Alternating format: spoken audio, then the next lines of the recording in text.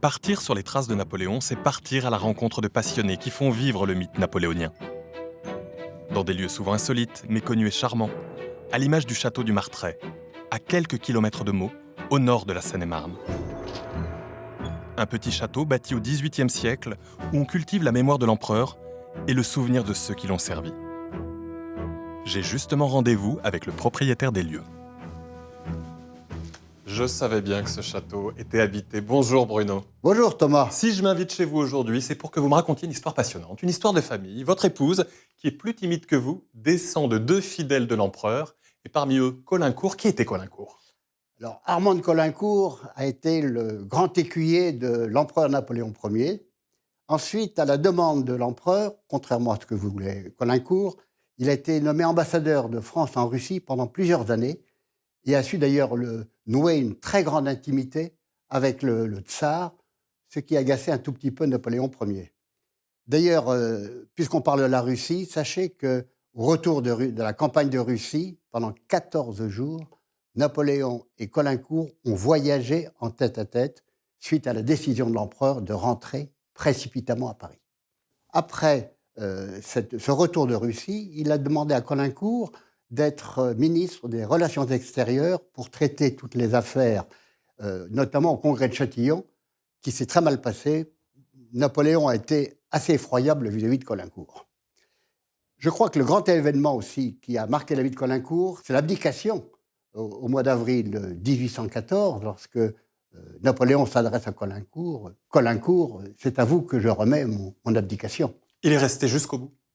Alors, il est resté non seulement jusqu'au bout, mais vous savez que dans la nuit qui a suivi l'abdication, l'empereur a tenté de mettre fin à ses jours et il a appelé Caulaincourt, on dit à 3 heures du matin, et il a dit à Caulaincourt « Prenez-moi la main, embrassez-moi, car bientôt je ne serai plus là. » Et le dernier élément aussi, c'est, j'y pense, lorsque Napoléon part à l'île d'Elbe, il dit à Caulaincourt « N'oubliez jamais l'estime et la grande amitié que j'ai pour vous.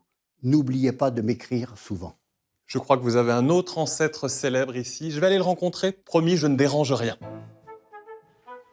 Au Martret, le temps semble s'être arrêté. Voici le salon de musique. On est loin du tumulte des champs de bataille.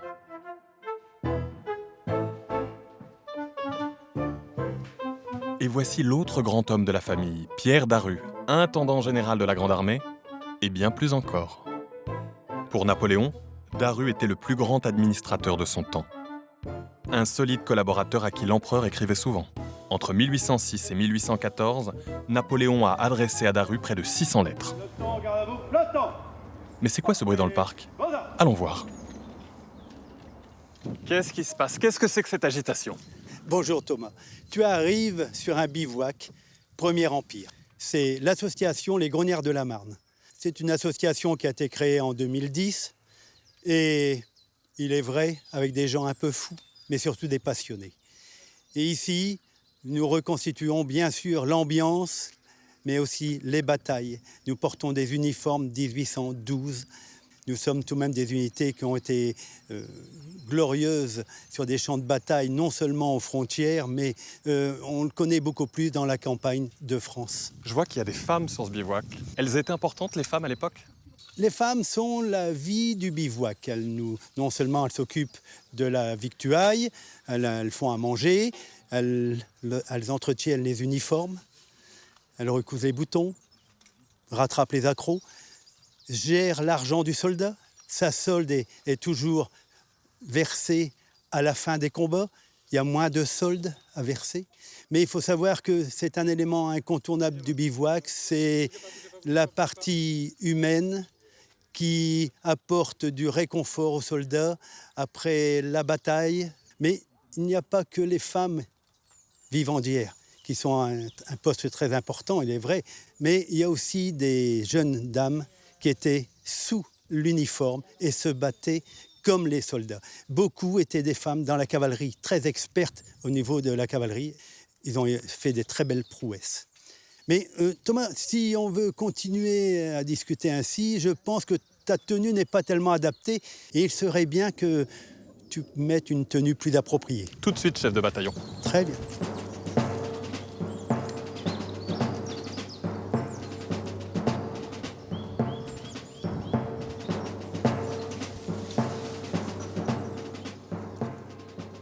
Je suis prêt, chef de bataillon. Très bien. Ce Charleville 1777 va compléter ton uniforme. Qu'est-ce que je porte, Laurent? Ben justement, des chaussures noires, réglementaires, les guêtres, le pantalon à pont, le gilet, la veste avec les boutons de ton régiment, représentant ton régiment. Tu n'as pas d'épaulettes car tu es un fusilier et tu portes un shako. Je n'ai pas du tout le même uniforme que monsieur. Ah, c'est évident. Nous avons un chirurgien-major. Et effectivement, il a un plus bel uniforme, il porte un pistolet, il porte l'épée également, mais c'est surtout pour porter des soins. Le but est de sauver des vies sur les champs de bataille. Il paraît que tu vas m'apprendre à tirer. Oui, on peut y aller. Je te suis. Allez, viens. Merci, messieurs. Tu vas procéder au tir. Prends ta place. Stop. Voilà. Apprêtez vos armes. Joue.